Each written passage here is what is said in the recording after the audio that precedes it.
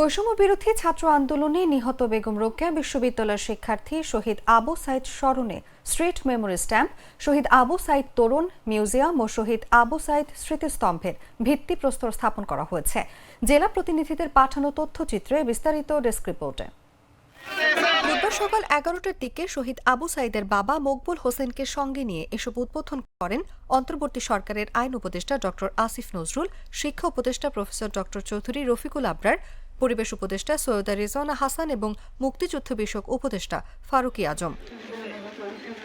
বৈষম্য বিরোধী আন্দোলনের প্রথম শহীদ আবু সাইদের শাহাদাত বার্ষিকী ও জুলাই শহীদ দিবস উপলক্ষে বিভিন্ন কর্মসূচি গ্রহণ করেছে বিশ্ববিদ্যালয় প্রশাসন। এর আগে সকালে শহীদ আবু সাইদের কবর জিয়ারত করেন বিশ্ববিদ্যালয়ের উপাচার্য প্রফেসর ডক্টর শওকত আলী সহ শিক্ষক ও কর্মকর্তারা। পরে বিশ্ববিদ্যালয়ের শিক্ষক শিক্ষার্থীদের নিয়ে একটি শোক র্যালি বের হয়ে ক্যাম্পাস এলাকা প্রদক্ষিণ করে। এদিকে জুলাই শহীদ দিবস উপলক্ষে বেগম রোকেয়া বিশ্ববিদ্যালয়ে আয়োজিত আলোচনা সভার মঞ্চে আসন গ্রহণ করেছেন শহীদ পরিবারের সদস্যরা। মঞ্চের সামনে দর্শক সারিতে বসেছেন অতিথিরা। এ সময় আইন উপদেষ্টা ডক্টর আসিফ নজরুল বলেন, অন্তর্বর্তীকালীন সরকারের আমলেই আবু সাইদ হত্যাকাণ্ডের বিচার সম্পন্ন হবে এবং বিচার কাজ আপনাদের কাছে নিশ্চিত করছি পূর্ণ গতিতে এগিয়ে চলেছে। এখানে কারো কোনো রকম গাফলতি নাই।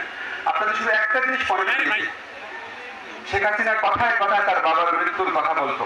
সেই বাবার মৃত্যুর হত্যাকাণ্ডের যে বিচার, এটা করতেই ওনার আমলে 3.5 বছর সময় লেগেছিল। 3.5 বছর।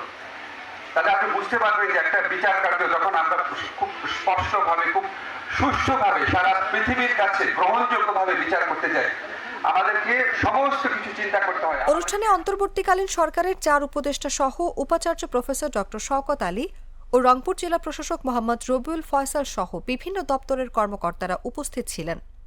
নিউজ ডেস্ক, জাগো নিউজ।